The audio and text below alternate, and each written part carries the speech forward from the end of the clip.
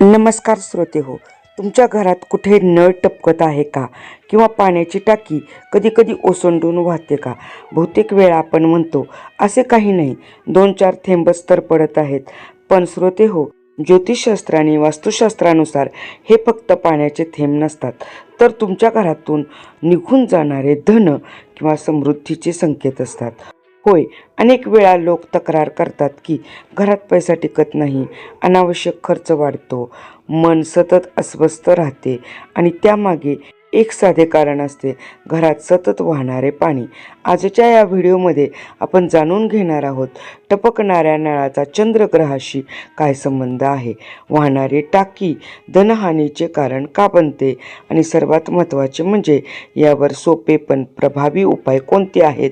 म्हणून हा व्हिडिओ शेवटपर्यंत नक्की पहा. चंद्रग्रह आणि पाण्याचा संबंध.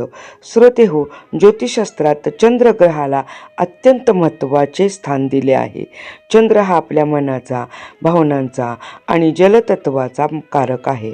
आपल्या शरीरातील पाणी, आपल्या भावना, मानसिक स्थैर्य या सगळ्यावर चंद्राचा प्रभाव असतो. याशिवाय अनेक ज्योतिष ग्रंथांमध्ये असेही सांगितले आहे की चंद्रग्रहाचा संबंध धन, सुख आणि घरातील शांततेशी देखील असतो. म्हणूनच जेव्हा चंद्र मजबूत असतो तेव्हा घरात समाधान असते, मन शांत असते आणि आर्थिक स्थिती स्थिर राहते.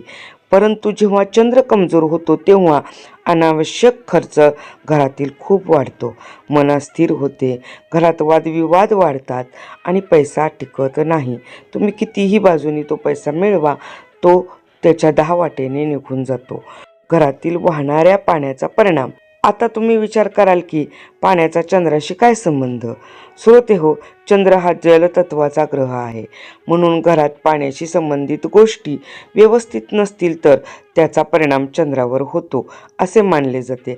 उदाहरणार्थ, नळ सतत टपकणे, पाईप लीक असणे, टाकी वारंवार वाहणे, बाथरूममध्ये सतत पाणी गळणे या गोष्टी लहान असतात, पण त्यातून सतत ऊर्जा आणि संसाधनाचा अपव्यय होत असतो.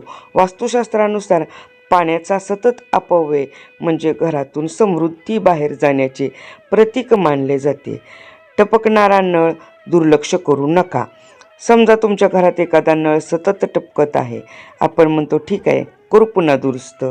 पण एक गोष्ट लक्षात ठेवा, एक टपकणाऱ्या नळातून दिवसाला 20 ते 30 लिटर पाणी वाया जाते. महिन्याला किती होईल याचा विचार करा. त्यामुळे फक्त पाण्याचे बिल वाढत नाही, तर वास्तुशास्त्रानुसार हे धनहानीचे संकेत मानले जातात.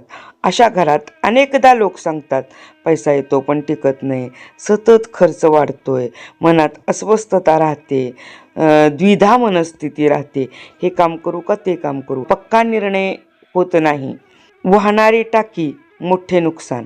यापेक्षा गंभीर गोष्ट म्हणजे ओसंडून वाहणारी पाण्याची टाकी. अनेक घरामध्ये मोटर सुरू केली की टाकी भरते आणि पाणी बाहेर वाहू लागते. कधीकधी हे पाणी शेकडो किंवा हजारो लिटर वाया जाते. वास्तुशास्त्रानुसार ही परिस्थिती घरातील आर्थिक ऊर्जेला कमजोर करते असे मानले जाते. अशा घरात अनपेक्षित खर्च वाढतात, घरात तणाव वाढतो आणि कधीकधी आर्थिक अडचणी निर्माण होतात. यावर सोपे उपाय काय आहेत पाहूया. आता प्रश्न येतो, यावर उपाय काय? पहिला म्हणजे नळ टपकत असेल तर लगेच त्वरित दुरुस्त करा. टाकी वाहत असेल तर फ्लॉट किंवा मोटर सिस्टम तपासा. या गोष्टी दुर्लक्ष करू नका.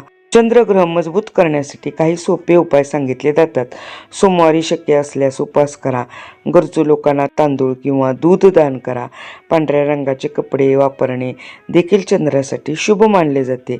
आणि रोज किंवा सोमवारी ओम चंद्रमसे नमः या मंत्राचा 108 वेळा जप करा. हे उपाय केल्याने मानसिक शांतता वाढते आणि चंद्रग्रह मजबूत होण्यास मदत होते. पाणी वाचवण्याचे महत्त्व. श्रोते हो, पाणी म्हणजे जीवन आहे. आजच्या काळात पाण्याची कमतरता मोठी समस्या बनत चालली आहे. म्हणून पाणी वाचवणे ही केवळ आध्यात्मिक नाही तर सामाजिक जबाबदारी देखील आहे. दात घासताना नळ बंद ठेवा. भांडी धुताना पाणी वाया जाऊ देऊ नका. पाण्याची टाकी वेळोवेळी तपासा. या सवयी आपल्याला लावायला हव्यात. लक्षात ठेवा श्रोते हो, कधी कधी जीवनातील मोठ्या समस्या अतिशय छोट्या कारणामुळे निर्माण होतात. टपकणारा नळ किंवा वाहणारी टाकी ही फक्त पाण्याची समस्या नसून ती आपल्या घरातील ऊर्जा आणि शिस्तीचे प्रतीक असू शकते. म्हणूनच घरातील नळ किंवा टाकी तपासा आणि पाण्याचा अपव्यय टाळा. जर तुम्हाला अशीच ज्योतिष किंवा वास्तू आणि सोपे उपाय जाणून घ्यायचे असतील तर माझ्या व्यंकटेश ज्योतिष चॅनेलला सबस्क्राईब करा. माझ्या चॅनेलवर तुम्हाला नेहमीच नवनवीन माहिती देणारे व्हिडिओ पाहायला मिळतील. माझ्या चॅनेलवर कधीही तुम्हाला वेळेचा अपव्यय होणार नाही. दररोज तुम्हाला नवनवीन ज्ञान मिळेल. व्हिडिओ आवडला असेल तर लाईक करा आणि आपल्या मित्रांबरोबर नक्की शेअर करा आणि कमेंटमध्ये नक्की लिहा जय श्रीराम. ज्यांनी कमेंट केली आहे त्यांना मी पुढील व्हिडिओची लिंक सर्वात आधी देणार आहे. म्हणूनच लवकरच आपण पुढच्या व्हिडिओमध्ये जाणून घेऊ एक नवीन विषय, नवीन माहिती. तोपर्यंत नमस्कार.